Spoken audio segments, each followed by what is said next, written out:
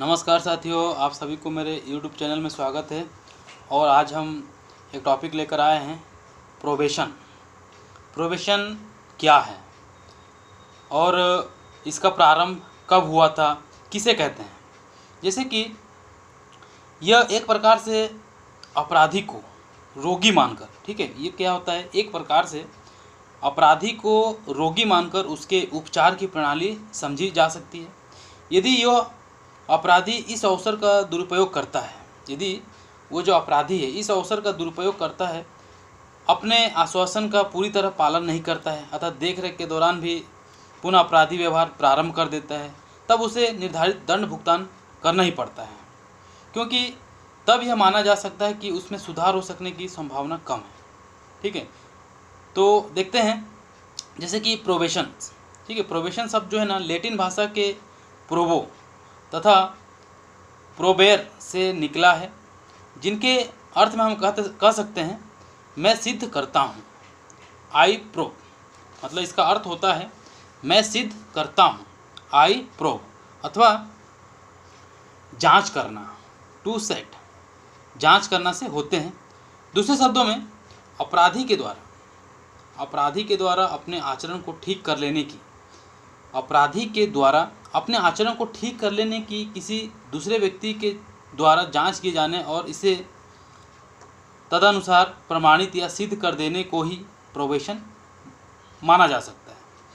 एक आपराधिक व्यक्ति अपने आचरण को ठीक कर लेने की या दूसरे व्यक्तियों की जांच से ये पता हो जाना चाहिए कि उसमें सुधार होने की प्रक्रिया हो सकता है, तो उसी को हम प्रोबेशन कह सकते हैं। आजकल जो है ना, इस प्रकार की जो जांच अवधि है, ठीक है, आजकल जो इस प्रकार की जो जांच अवधि है निर्धारित करके प्राय न्यायालय सामान्य अपराधी को तो जेल भेजना ही कम पसंद करते हैं, तथा जो है अपराधी या विशेषकर भावावेश में आ जाने वाले अपराधी को मनोवैज्ञानिक दृष्टि से सुधारने तथा उसे ठीक किए जा सकने की जो संभावना है, व्यवहारिकता के आधार पर अन्य किसी प्रकार के दंड ना देकर उसे सद्व्यवहार के आश्वासन पर उसे स्वतंत्रता देते हुए और उसे सुधार सकने का पूर्ण अवसर प्रदान करते हैं, ताकि उस व्यक्ति में जो आपराधिक व्यक्ति होता है उसे अपने कार्यों पर पछतावा होता है और उसमें सुधरने की क्षमता भी होती है, तो उसे क्या करते हैं, सुधरने का मौका भी दिया जाता है। तो इसी को हम प्रोबेशन के नाम से भी जान सकते हैं। आजकल जो है प्रौढ़ अपराधियों को सुधारने के लिए भी प्रचलित तरीकों में से प्रोबेशन प्रणाली को अधिक महत्वपूर्ण स्थान दिया गया है।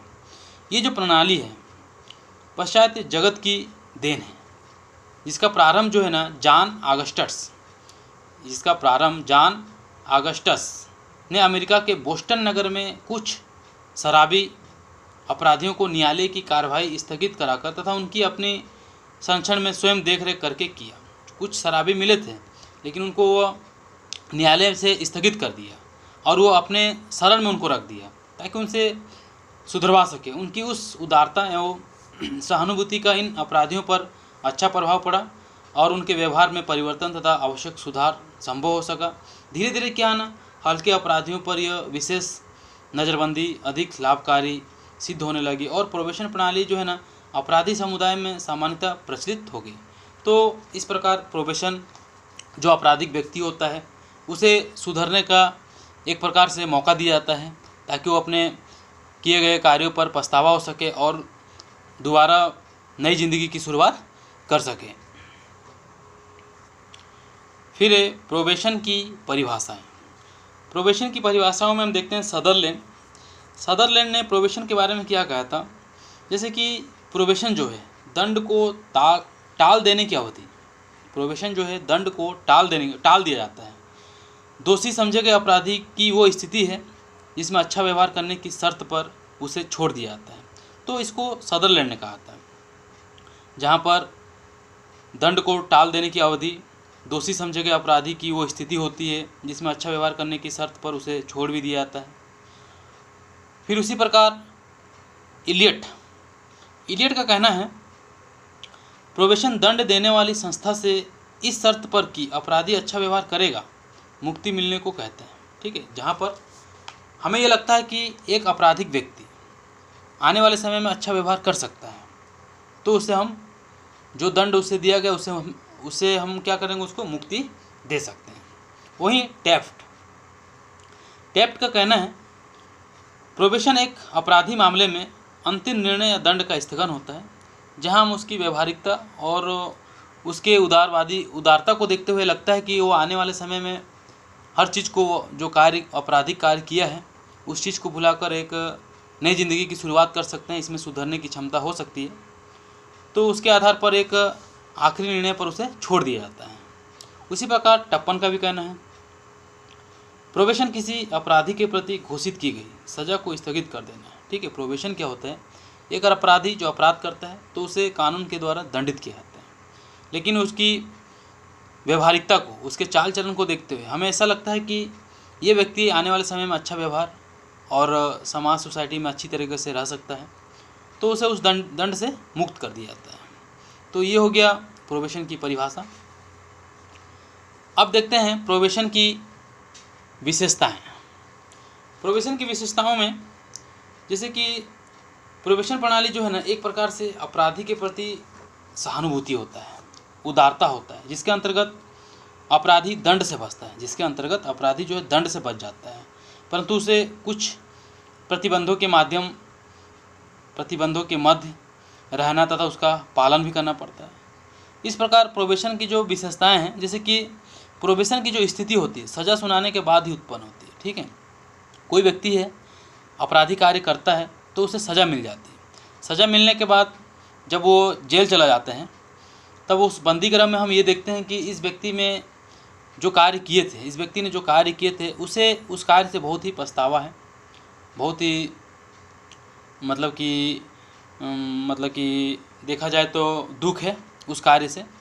तब अगले जो वहाँ जेलर रहते हैं, पुलिस वाले रहते हैं या कानून रहते हैं, उसे लगता है कि ये व्यक्ति आने वाले समय में सुधर सकते हैं और उसे अपने कार्यों पर पछतावा है, तो उसकी उदारता को देखते हुए, उसकी व्यवहारिकता को देखते हुए उसे क्या करते हैं, हम प्रोबेशन दे देते हैं, मतलब कि दंड से मुक्त करा देते हैं, आज़ाद कर देते हैं। वहीं दूसरा है निर्धारित दंड स्थगित कर दिया जाता है। जो दंड बचा रहता है उसको हम क्या करते हैं, स्थगित कर उसे आज़ाद कर देते हैं और अपराधी को प्रोबेशन काल में इसे भुगतान नहीं करना पड़ता है।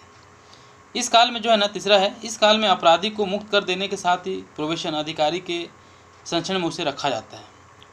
जब उसे हम मुक्त करते हैं तो कुछ दिन हद तक या कुछ महीनों तक उसे प्रोबेशन अधिकारी के अंतर्गत रहना पड़ता है। वहाँ जैसे कि जेल से छोड़ा जाता है तो उसको हर दिन जेल में आकर थोड़ा सा साइन करना पड़ता है और उसकी व्यवहारिकता को परखा जाता है। चौथा है, इस अवधि में उसके अपने दिए गए आश्वासन के अनुसार उसका व्यवहार अच्छा बना रहता है। उसी के अनुसार, उसी के जो किए गए व्यवहार से उसका आश्वासन को हम विश्वास करते हैं और उसकी आश्वासन पर विश्वास करके हम क्या करते हैं, उसे बाकी बच्चे जो दंड होते हैं या फिर सज़ा होते हैं उससे हम क्या करते हैं, उसे मुक्ति दिला देते हैं। फिर आपका प्रोबेशन का महत्व या उपयोगिता। देखिए प्रोबेशन का क्या महत्व है कि उसकी उपयोगिता क्या है। जैसे कि अपराधियों की मनोवृत्तियों को परिवर्तित करने का महत्वपूर्ण साधन, जो अपराधियों की जो मनोवृत्ति है उससे परिवर्तित करने का एक महत्वपूर्ण साधन होता है। जैसे कि प्रोबेशन प्रणाली एक ऐसे प्रणाली होता है जिसके आधार पर अपराधियों की जो मनोवृत्तियों में परिवर्तन किया जा सकता है और वह समाज के प्रति सहानुभूति की प्रवृत्ति का विकास करता है, दोबारा समाज विरोधी कार्य नहीं करता है। अपराधी को विश्वास हो जाता है कि वास्तव में सभी लोग उसके सुधार के पक्ष में हैं। ठीक, तो उसकी मनोवृत्तियों को हम परख लेते हैं। दूसरा हो गया अपराधी को दूषित वातावरण से बचाना। अपराधी को दूषित वातावरण से बचाना। वैसे तो अपराधी को सज़ा मिलने पर भिन्न भिन्न तरह के दूषित जेलों के वातावरण में रहना पड़ता है। इसी कारण जो है ना, प्रोबेशन इन सभी से मुक्ति दिलाने में उसको योगदान भी देता है। प्रोबेशन जो है चिकित्सा की एक विधि भी है। प्रोबेशन जो है चिकित्सा की एक विधि भी है। इनमें अपराधी को बीमारी व्यक्ति मानकर उसकी चिकित्सा की जाती है। ठीक है, इसमें एक अपराधी को हम बीमारी मान लेते हैं और उसका हम इलाज करते हैं। फिर हो गया अनुशासन की भावनाओं का विकास होना। ठीक है, जो अपराधिक व्यक्ति होता है जब उसे दंड मिल जाता है और जब वो जेल चले जाते हैं, बंदी गृह में रहते हैं, तब उसे अपने अनुशासन की भावनाओं का धीरे धीरे विकास होता है, समझ होता है। इस प्रोबेशन में अनुशासन की भावनाओं का विकास संभव हो पाता है और इस व्यवस्था में व्यक्ति को कुछ शर्तों का पालन भी करना पड़ता है। फिर हो गया अपराधियों में सामंजस्य का विकास होना। अपराधियों में सामंजस्य का विकास होना प्रोबेशन व्यवस्था के द्वारा जो है ना, व्यक्ति अपने परिवार और समुदाय में रहता है। व्यक्ति जो है अपने परिवार, वहाँ बहुत सारे लोग रहते हैं जो एक परिवार की तरह रहते हैं और एक समुदाय की तरह रहते हैं। परिवार, मित्र, पड़ोस और जिन लोगों के साथ सामंजस्य करना शुरू कर देता है, इससे क्या होता है ना, व्यवस्थापन के गुण स्वतः ही उत्पन्न होने लगते हैं, जो कि मानव के व्यक्तित्व के विकास में बहुत ही आवश्यक होता है। फिर हो गया आपका अपराधी पर अपराधियों का प्रभाव नहीं पड़ता। ठीक है, अपराधी पर अपराधियों का प्रभाव नहीं पड़ता है। अपराधी कानून से बच के आया हुआ होने के कारण ये जानता है, जो अपराधी होता है वो कानून से बचकर जब आते हैं तब उसे एक ज्ञान होता है कि उसे जीवन निर्माण करने का एक स्वर्ण अवसर मिला है और इसी कारण वो जो है ना, आपराधिक प्रक्रियाओं की ओर ध्यान नहीं देता है। फिर हो गया आत्मनिर्भरता का गुण। आत्मनिर्भरता का गुण बंदीगृह से छूटने के पश्चात जो अपराधी हर तरह से अपने स्वयं के और अपने परिवार के उत्तरदायित्वों को निभाते हैं हेतु तरह तरह से आत्मनिर्भरता के गुणों को उत्पन्न करने का प्रयास भी करता है। यदि उसे इस तरह का अवसर प्रदान ना हो तो वो स्वयं को किसी न किसी तरह से ज़िंदगी में ना तो सामाजिक प्राणी के रूप में सिद्ध कर सकता है और ना ही समस्याओं के समाधान में सफलताएं प्राप्त कर सकते हैं। फिर हो गया अपराधी में क्षतिपूर्ति के गुण का उत्पन्न होना। देखिए, प्रोबेशन एक व्यवस्था है जिसमें अपराधी हर तरह से क्या करता है, भिन्न भिन्न कार्यों को अपनाकर क्षतिपूर्ति करने का गुण इतनी ज़्यादा मात्रा में उत्पन्न कर लेता है कि लोग उसे तरह तरह से अच्छा नागरिक समझे बिना नहीं रहते हैं। तो ये हो गया आपका प्रोबेशन का महत्व। और अपराधों को जन सहयोग मिलना। अपराधों को जन सहयोग मिलना। विद्वानों के अनुसार प्रोबेशन की जो व्यवस्था है, कानूनी व्यवस्था होने के परिणाम स्वरूप जनता अप्रत्यक्ष रूप में अपराधी का हर तरह से सहयोग करने लगती है, जो कि व्यक्ति के व्यक्तित्व के लिए आवश्यक होता है। तो ये हो गया आपका उसकी उपयोगिता और महत्व। अब देखते हैं प्रोबेशन की हानियाँ, क्या क्या इसके दोष होते हैं। जैसे कि भयंकर अपराधियों को भी मुक्तता।